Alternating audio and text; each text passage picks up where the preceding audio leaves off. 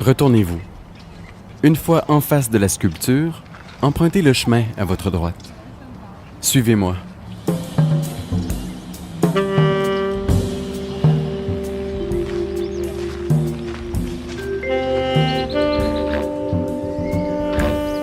« 50 mètres plus loin sur ce chemin, vous allez voir un escalier de bois, à droite, un peu en retrait.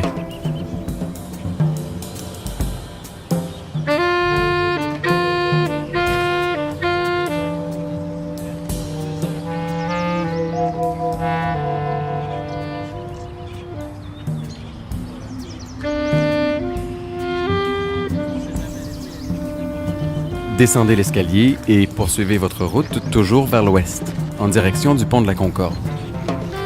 Si vous passez tout droit, vous pouvez prendre l'escalier suivant. On va longer la rive de l'île Sainte-Hélène. On va s'arrêter plus loin, à environ 200 mètres d'ici, juste sous le pont de la Concorde.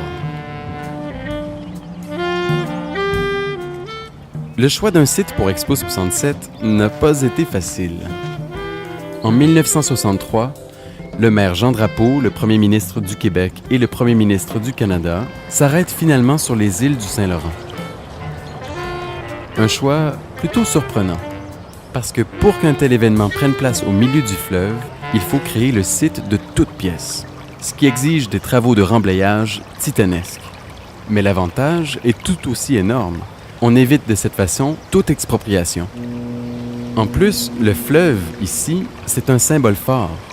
Avant Expo, il y a juste quelques petites îles, l'île Ronde et l'île Verte, et une plus grande, l'île Sainte-Hélène. L'île Notre-Dame, elle, n'existe pas encore. On y trouve seulement l'île Moffat, quelques îlots et des hauts-fonds.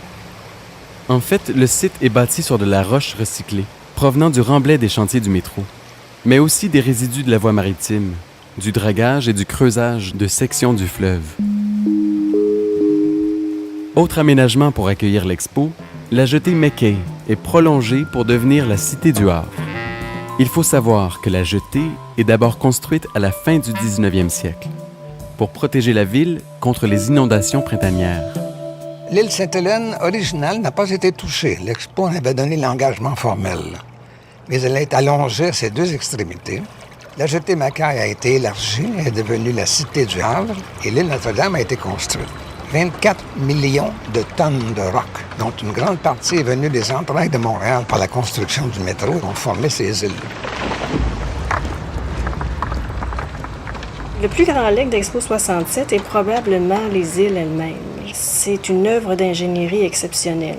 La construction des îles et de la Cité du Havre sur le fleuve est une entreprise titanesque avec le remblai des îles Sainte-Hélène, de l'île Ronde, de l'île aux Fraises et des hauts-fonds de l'ancienne île Moffat. Donc le travail a été effectué en 11 mois, c'est un temps record. Donc la construction du site d'Expo 67, ça montre vraiment le savoir-faire québécois.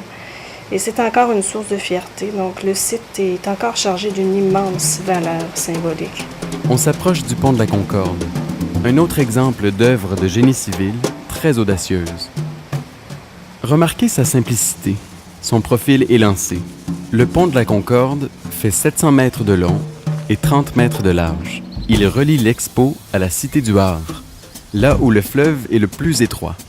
En plus d'être fonctionnel, il offre aux piétons une piste de promenade, des points de vue et des stations de repos. Je vous attends sous le pont.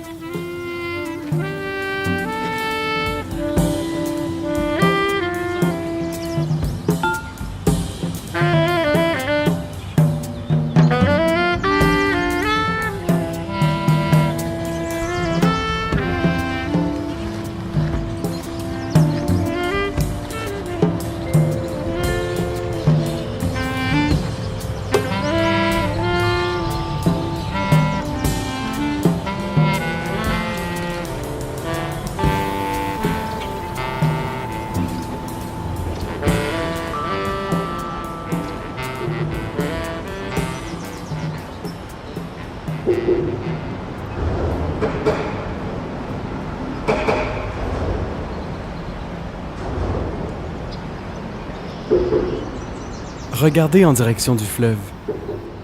En étant sous le pont, on peut voir son immense poutre-caisson de forme trapézoïdale. Le pont, c'est essentiellement ça, une immense poutre maîtresse en acier sur laquelle vient s'intégrer la plateforme supérieure. C'est une construction qu'on appelle orthotropique. Sa structure lui donne une grande légèreté et de plus longues portées. La forme du pont a été choisie en fonction du climat.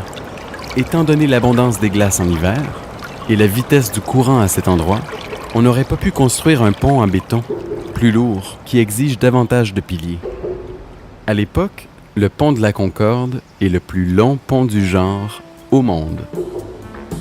On continue notre marche. Je vous donne rendez-vous à la pointe de l'île Sainte-Hélène. Depuis toujours, le fleuve Saint-Laurent est la raison d'être de Montréal.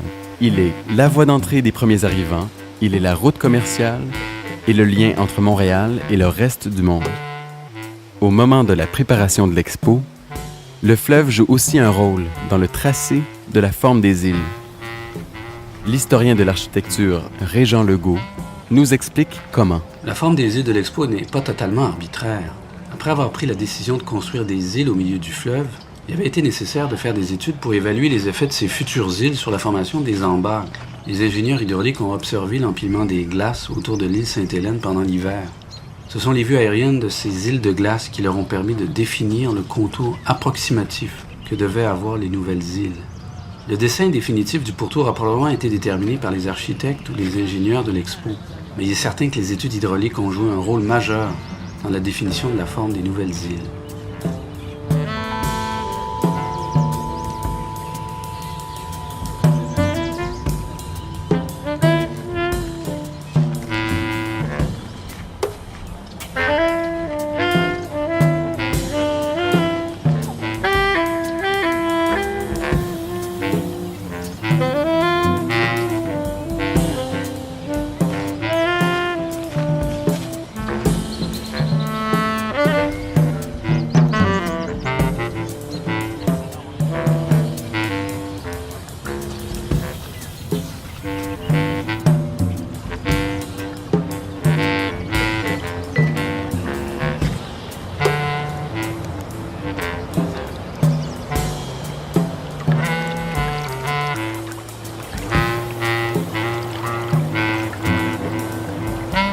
On arrive. Une fois à la pointe, je vous attends près de la Rose des Vents. Regardez bien au sol pour la trouver.